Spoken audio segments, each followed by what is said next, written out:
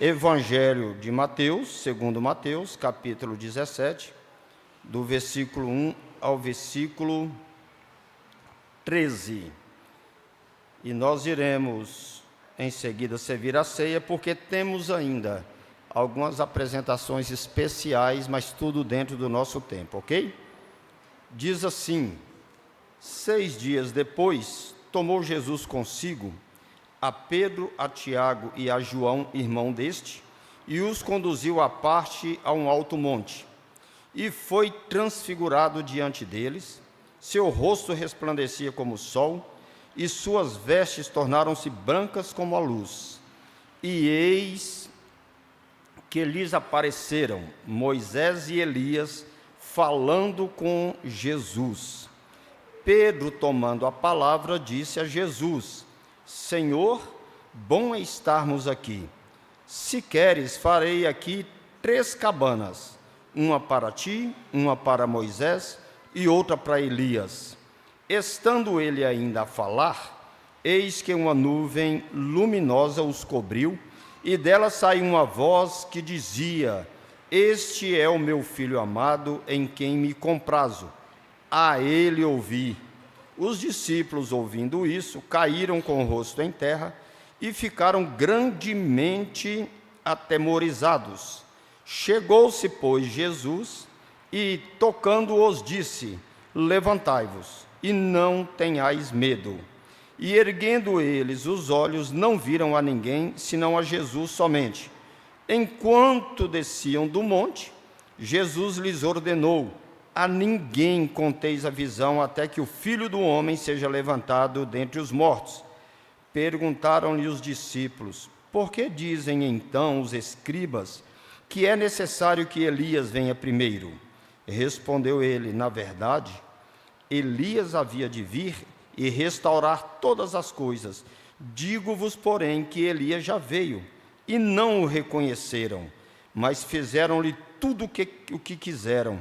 Assim também o Filho do Homem há de padecer às mãos deles. Então entenderam os discípulos que lhes falara a respeito de João, o Batista. Que o Senhor venha nos abençoar pela palavra. Podem sentar, irmãos.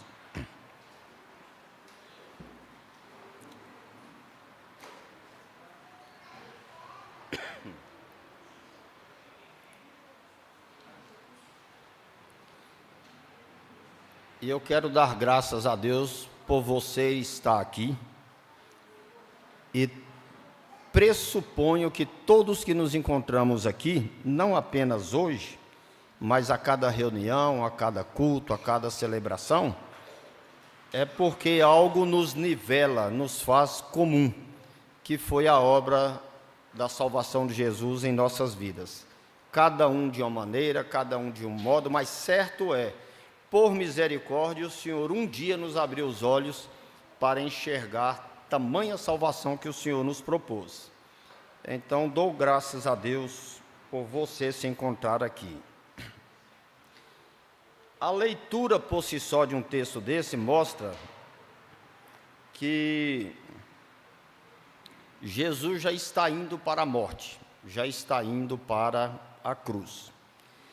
E ele começa a sua missão trazendo essas boas novas. Evangelho significa boas novas.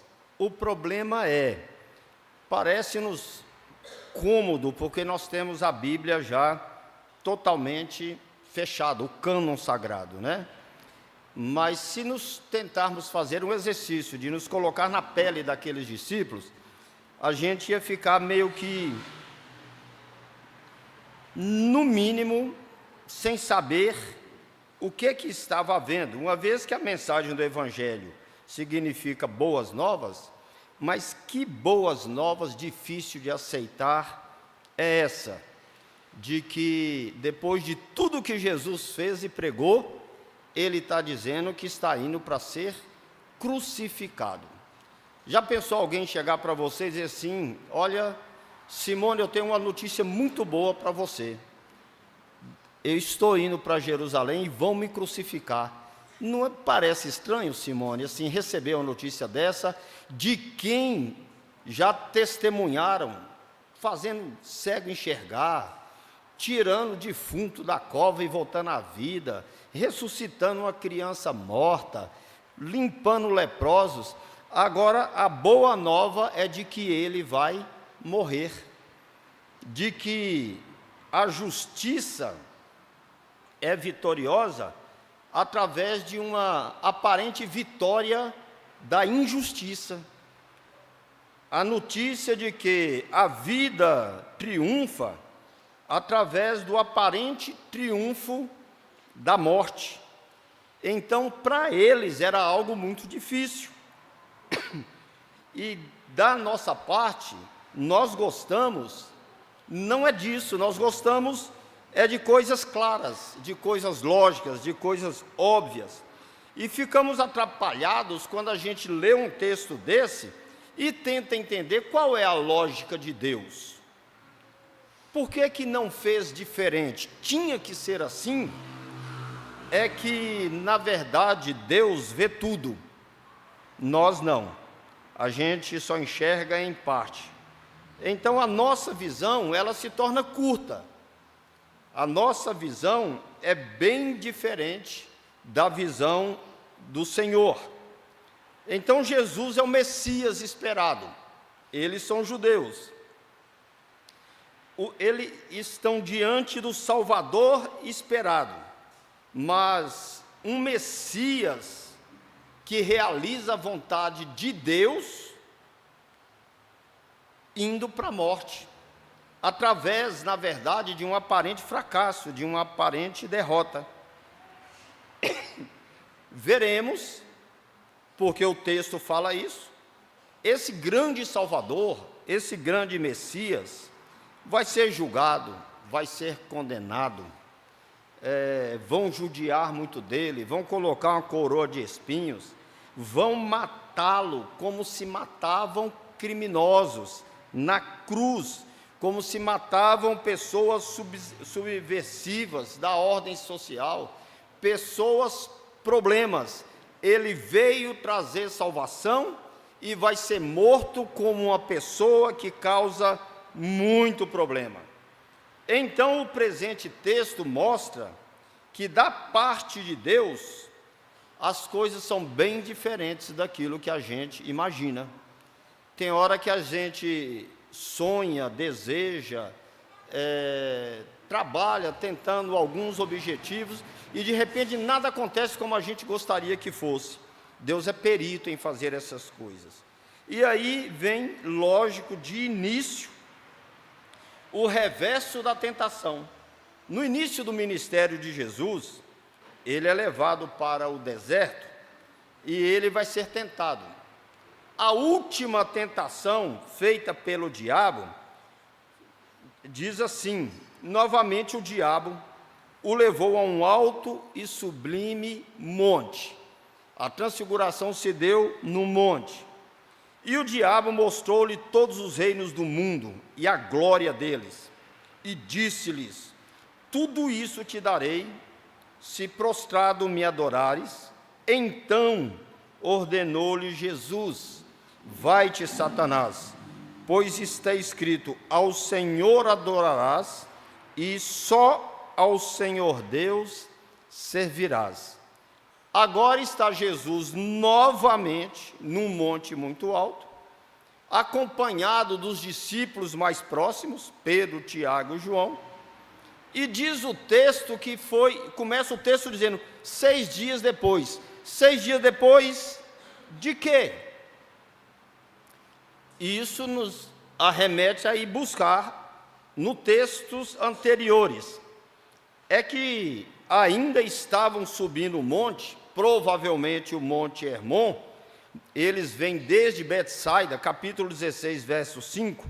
Desde Betsaida eles vêm caminhando junto.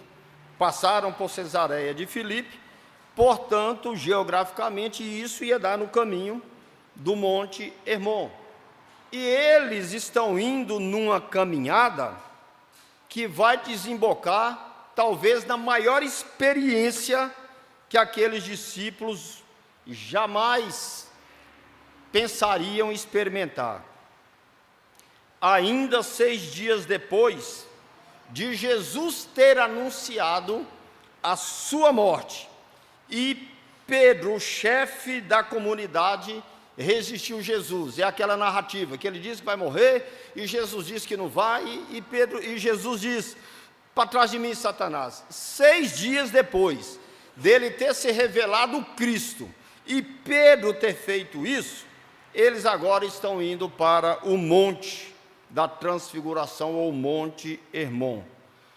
Como então lutar tanto e sair derrotado? Como mostrar tanto poder e sair derrotado numa cruz?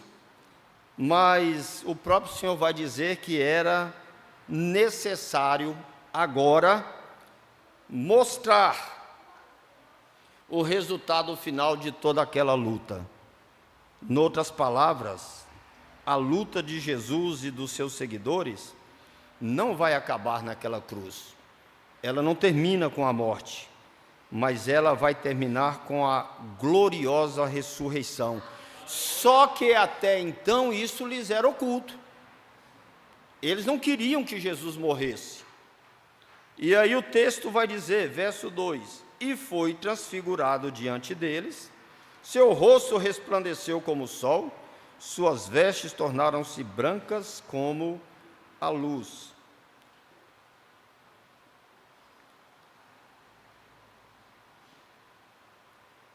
Mesmo você tendo a Bíblia já arrematada e terminada, você consegue se imaginar naquele monte, naquela transfiguração, e no final acreditar que vai dar cruz?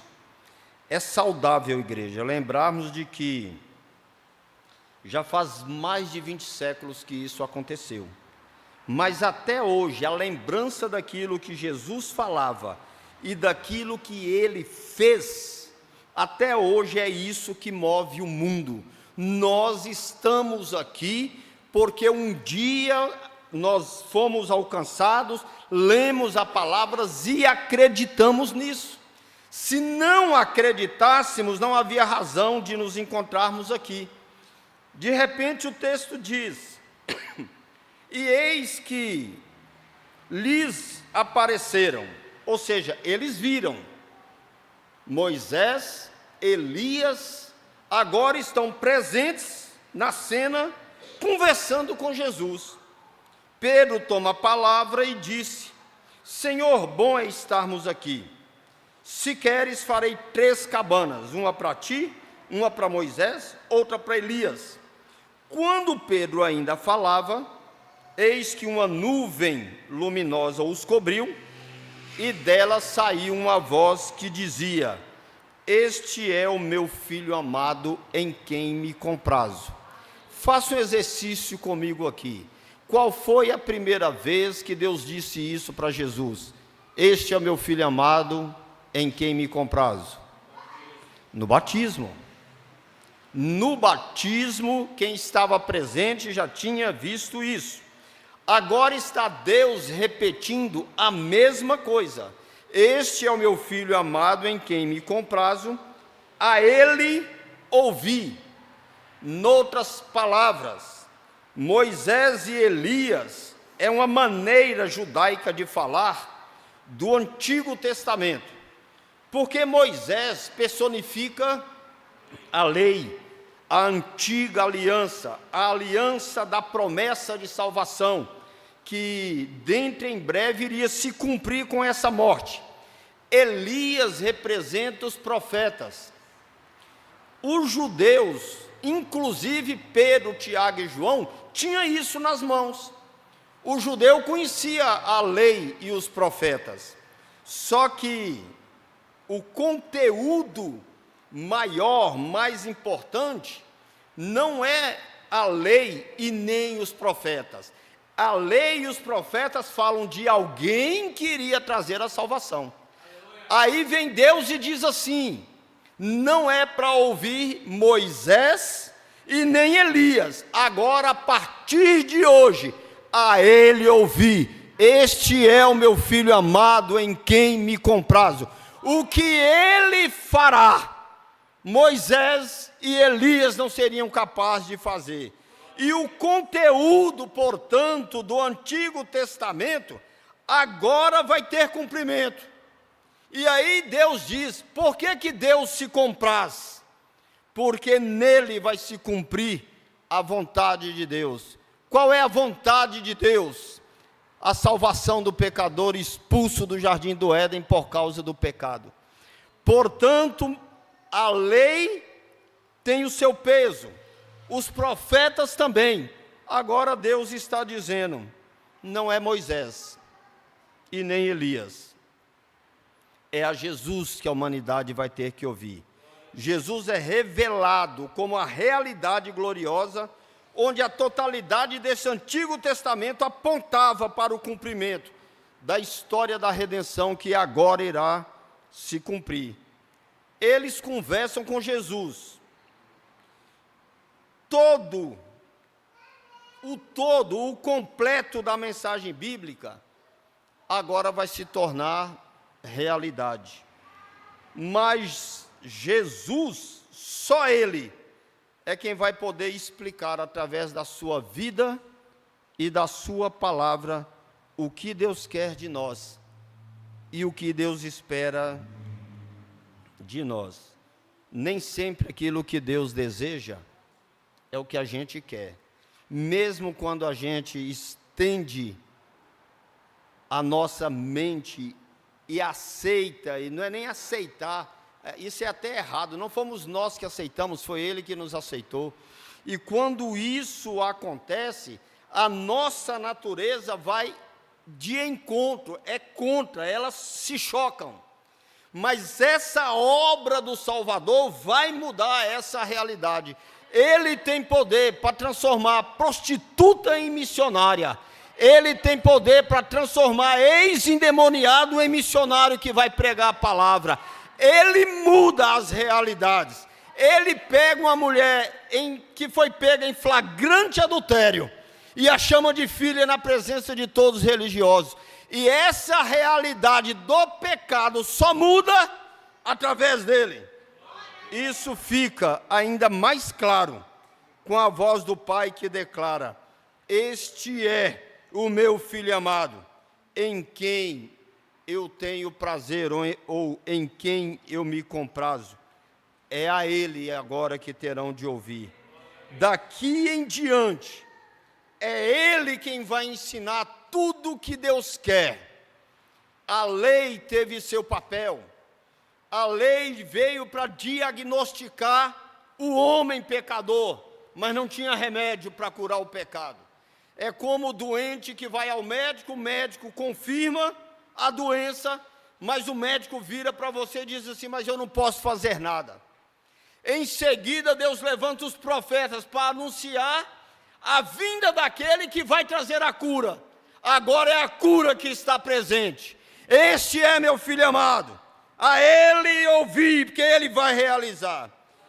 E cá entre nós, irmãos, os discípulos, como nós, eles ficaram com medo. Isso se dá quando a nossa vontade entra em contato com a vontade de Deus. Isso nos assusta. Nos assusta quando a gente olha para nós mesmos e a gente fica imaginando: rapaz, Deus me ama mesmo? Porque ninguém na realidade te conhece melhor abaixo de Deus do que você. A gente vê pessoas como o apóstolo Paulo fazer um autoexame e se declarar o maior dos pecadores. Ele se chama de miserável. Miserável homem eu sou. Ele se diz indigno. E é essa a realidade nossa do pecado que assusta quando nós encontramos um Deus deste tamanho e que nos ama. Os discípulos, ouvindo, caíram com o rosto em terra e ficaram atemorizados. Aí vai acontecer algo tremendo, porque Pedro fez uma proposta terrível. No Monte da Transfiguração, onde Jesus se revela com um corpo glorificado, foi algo tão tremendo que a proposta de Pedro é ficar ali, não sair mais. Vamos ficar por aqui. Pedro então propõe, eu ainda faço cabanas, para que vocês não saiam mais daqui. É tanta glória, é tanta manifestação da grandeza de Deus, permita-nos ficar aqui. Eu nem importo comigo, e nem Tiago, e nem João, não. Ele nem disse assim, eu vou fazer 6 cabanas, não. Ele esqueceu até dele, ele poderia ter falado pelo menos 4. Mas ele quer fazer uma cabana para Moisés, ele quer fazer uma cabana para Elias, e ele quer fazer uma cabana para Jesus. Isso faz de Pedro uma pessoa extraordinária, porque ele expressa essa nossa espontaneidade e talvez até uma certa ingenuidade, porque ele, mais uma vez, 6 dias atrás, Jesus se revela o Cristo, e é Pedro quem diz, tu és o Cristo, Filho de Deus. E ele diz, Pedro, não foi carne e nem sangue que te revelou, isso não veio do homem não, foi Deus que te revelou, tu acertou na mosca. Aí ele vai e completa, e eu estou indo para Jerusalém, vão me matar, opa, você não vai morrer não, para trás de mim, Satanás. O Pedro que revelou o Cristo, agora está diante do Cristo transfigurado, e mais uma vez ele quer reter Jesus. Vão ficar por aqui. Esse culto aqui podia ser eterno. O Senhor, Moisés e Elias. Isso poderia nunca mais acabar. E ele então quer reter Jesus glorioso, junto com esses personagens. Zona de conforto. Esse é o nosso sonho infantil. A glória fácil. Qual foi a resposta? Não. A glória não vem agora. Ele achava que o corpo transfigurado já era o máximo, porque ele ainda não tinha visto Jesus ressuscitado. Ele ainda não tinha testemunhado Jesus morrer e ser sepultado, e ter retornado ao 3º dia. Quando nós retemos aquilo que Deus quer fazer, nós impedimos coisas que o Senhor quer fazer maior ali na frente. E nós vamos meio que nos tornando infantis, porque a glória, na verdade, não era aquela transfiguração, a glória viria depois. E depois de quê? Depois da luta. O triunfo virá, é através da derrota. A vida virá, não é através daquele momento de transfiguração, mas a vida virá das cinzas da morte. E eles vão testemunhar essa morte e esse sepultamento. A lógica de Deus, igreja, é bem diferente da nossa. Por isso que às vezes a gente fica meio que perdidos. E o Senhor está dizendo, no monte não, ali embaixo no vale, ainda há muito trabalho para fazer. E como que é essa lógica de Deus? A gente vive num mundo em que se diz que só vale o primeiro lugar. A disputa é sobre quem é o maior. Só que a lógica de Deus, o último, é que é o primeiro. Na lógica de Deus, o maior é o menor. Na lógica de Deus, o louco é o sábio. Na lógica de Deus, o forte não é quem tem mais músculo e não é quem tem mais força ou mais inteligência. Na lógica de Deus, o forte é o fraco. Na lógica de Deus, o que chora é que é feliz. O invisível é visível. O perseguido é abençoado. O rejeitado é amado. Na lógica dele, dar é melhor do que receber. Na lógica dele, primeiro crer, para depois ver. Mas não é isso que a gente gostaria. A lógica de Deus é muito, muito diferente. E o Senhor então vai dizer: Pedro, não é aqui que a obra vai se realizar. Não é no Monte da Transfiguração. É ali embaixo. Vamos descer? Vamos descer do monte e vamos para o vale? Aí a visão maravilhosa se desfaz. Resta agora só Jesus com os discípulos. Chega, pois, Jesus, manda eles levantar, e aí diz a eles: não tenham medo. Erguendo eles os olhos, agora não vê mais Moisés, não vê mais Elias, apenas Jesus. Enquanto desciam do monte, Jesus então lhes ordenou: a ninguém vocês contem essa visão, até que o Filho do Homem seja levantado dentre os mortos. Fora apenas a antevisão do futuro, mas e até lá? Até lá é preciso ainda muita luta, é preciso ainda muita batalha. A vida cristã, queridas, é uma guerra que a gente vai vencendo batalha a batalha.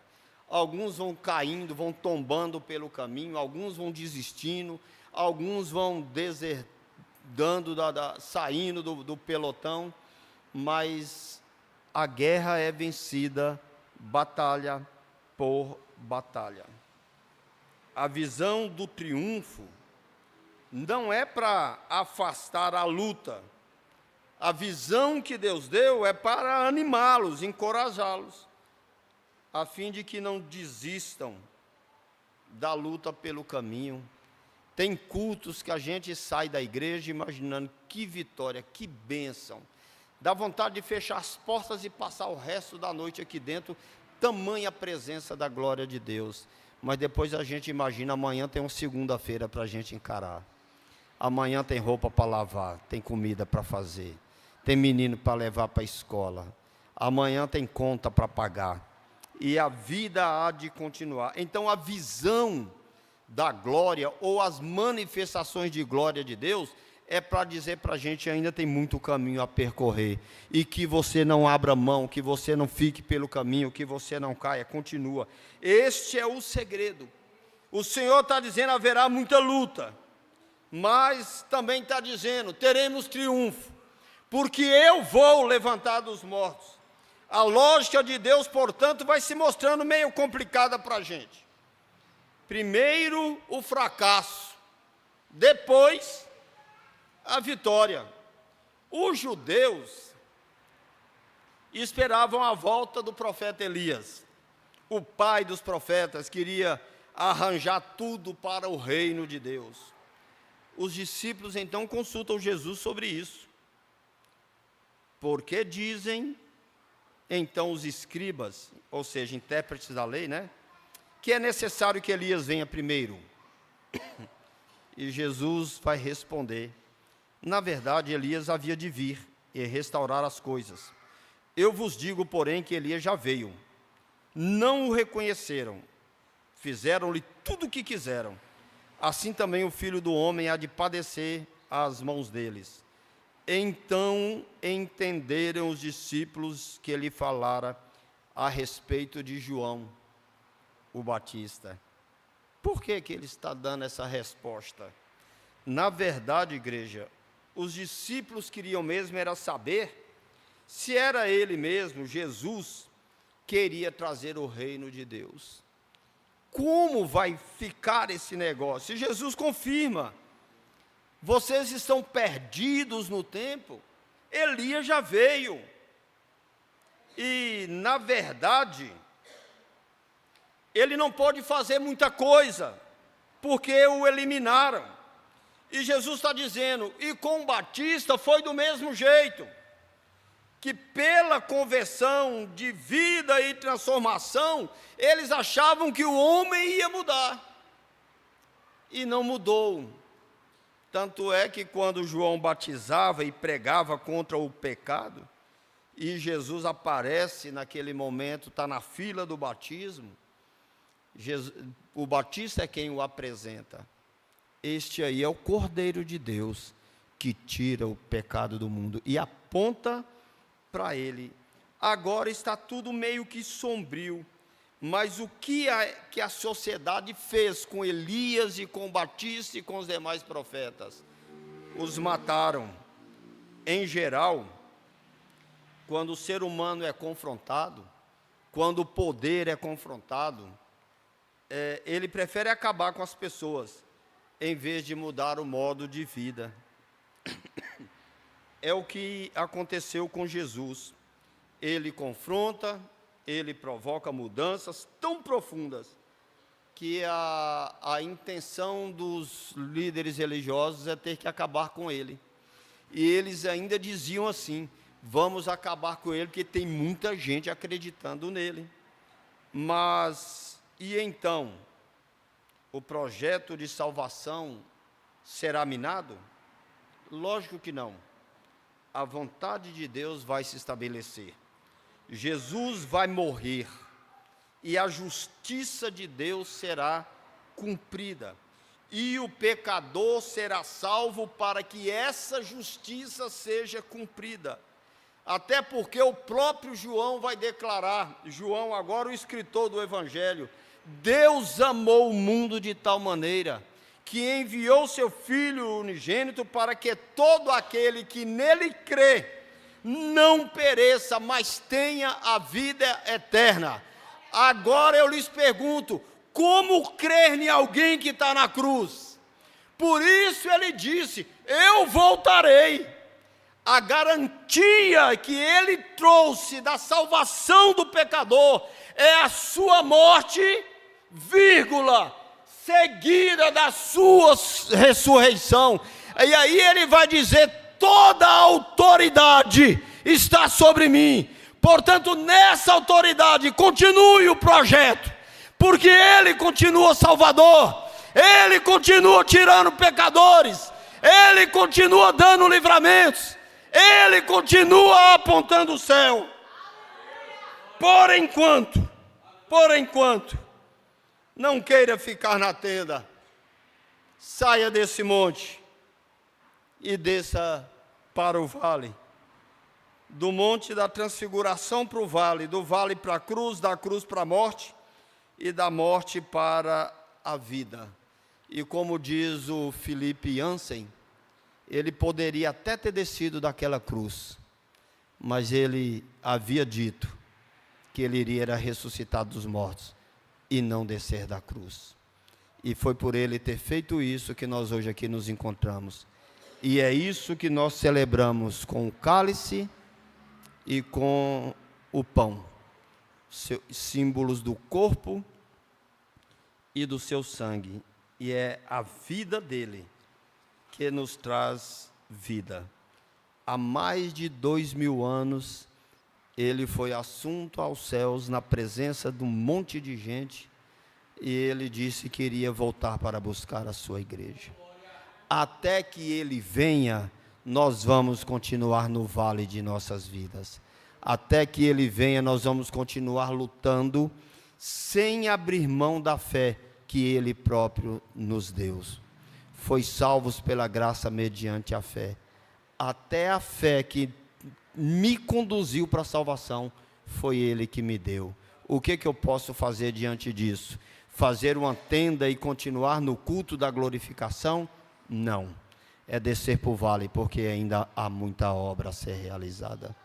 Que Deus te use na vida de muita gente ainda, no caminho por esses vales.